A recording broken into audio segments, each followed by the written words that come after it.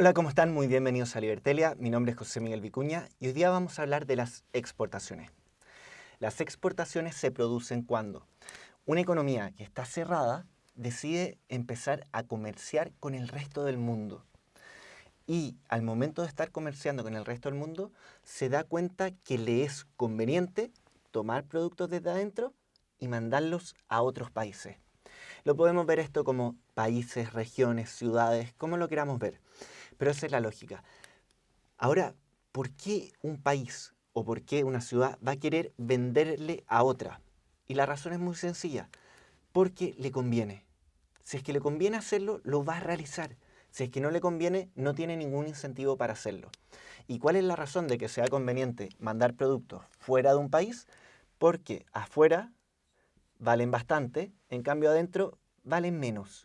Entonces, si es que el precio que estamos viendo fuera de nuestro país es mayor, nosotros vamos a querer exportar. Y esa va a ser la lógica que vamos a ir siguiendo. Esta lógica la podemos llevar a un gráfico para ayudarnos a entender mejor qué está ocurriendo. Entonces vamos a tener el eje vertical con el precio, el eje horizontal con la cantidad, nuestra curva de oferta y de demanda y el mercado con exportaciones. Una vez que ya tenemos la curva de oferta y demanda, podemos encontrar el equilibrio de mercado, que sería precio cero y la cantidad cero.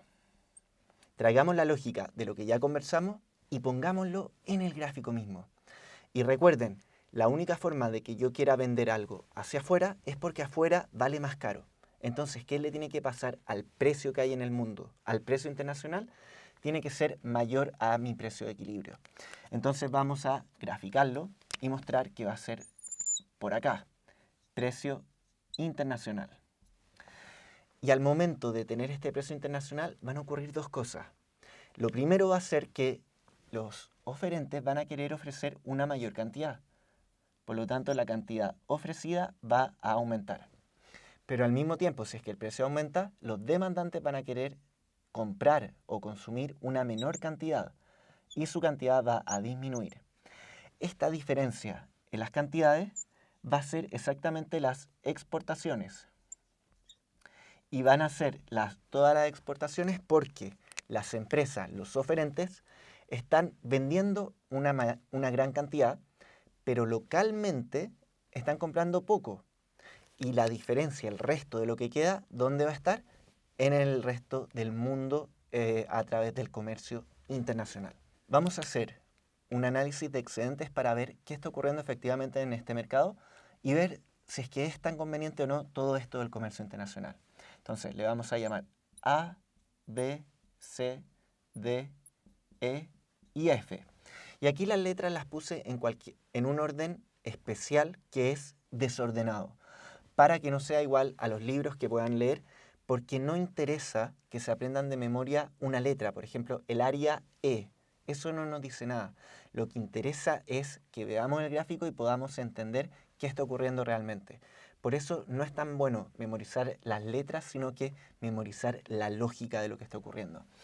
Y la tabla, que ya hemos visto varias veces, de excedente nos dice que tenemos el excedente del consumidor, el excedente del productor y el excedente total. Y vamos a analizar dos situaciones. La primera situación es con comercio internacional y la segunda situación es sin comercio internacional. Y después vamos a calcular la diferencia entre estas dos situaciones. Partamos analizando. Primero, lo más fácil, que sería cuando no hay comercio internacional. Ahí lo que manda es el precio cero y la cantidad cero de equilibrio de mercado. Y el excedente del consumidor va a ser todo lo que está sobre el precio que están pagando los demandantes y bajo la curva de demanda, que sería el área D, E y F. D, E y F. El excedente del productor sin comercio internacional va a ser todo lo que está sobre la curva de oferta y bajo el precio de equilibrio, que sería el área A y B. Y finalmente el excedente total va a ser la suma de todos los excedentes, que sería A, B, D, E y F. Y ahora procederemos a ver los excedentes con comercio internacional. Para poder ver estos excedentes, el precio que está mandando ahora es el precio internacional. Entonces, analicemos el excedente del consumidor. Todo lo que está bajo la demanda y sobre el precio internacional, que sería el área F. El excedente del productor va a ser todo lo que está sobre la oferta y bajo el precio internacional, que es el área A, B, C, D y E. Y finalmente el excedente total, que va a ser el área A, B, C, D, E y F. Y ahora ya podemos calcular las diferencias. En el excedente del consumidor vamos a tener que F menos D, E y F nos va a dar menos D y E. El excedente del productor nos va a dar más C, D y E. Y para el excedente total tenemos dos caminos para calcularlo. El primer camino es viendo las variaciones y sumándolas de forma horizontal, que vamos a tener el D se nos va con este D, el E también, y nos queda solo C. Y el segundo camino va a ser restando el excedente total con comercio internacional menos el excedente total sin comercio internacional, que también nos va a dar el área C. ¿Qué significa esto? Veamos por cada uno de los participantes. El excedente del consumidor disminuyó producto de las exportaciones, es decir, que están peor que antes. El excedente del productor aumentó producto de la exportación. Y el mercado como un todo mejoró en el área C, es decir, que está mejor el mercado y que gracias a que estamos exportando tenemos una ganancia en este mercado. ¿De qué tamaño es esta ganancia? Va a ser de todo el área C que tenemos por acá.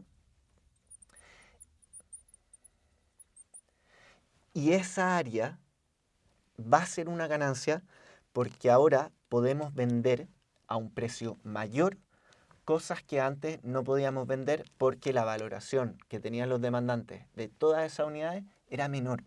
Y ahora la estamos vendiendo a un precio más alto aún. Entonces, solo por el hecho de abrirnos al comercio internacional y de empezar a comerciar con el resto de los países vendiéndole bienes y servicios, ganamos toda esa área y se está generando una ganancia en la economía. Eso no implica que todos ganen, porque ya vimos que los consumidores van a estar más tristes que antes, van a perder un área. Pero lo interesante es que lo que ganan los productores más que compensa a lo que pierden los consumidores. Y de esa manera el mercado va a estar mejor en un todo. Si no te gustó este video, ponle dislike, pero si te gustó, ponle like y también acuérdate de suscribirte para que estés atento a todas las nuevas actualizaciones. Que estén muy bien y nos vemos en el próximo video.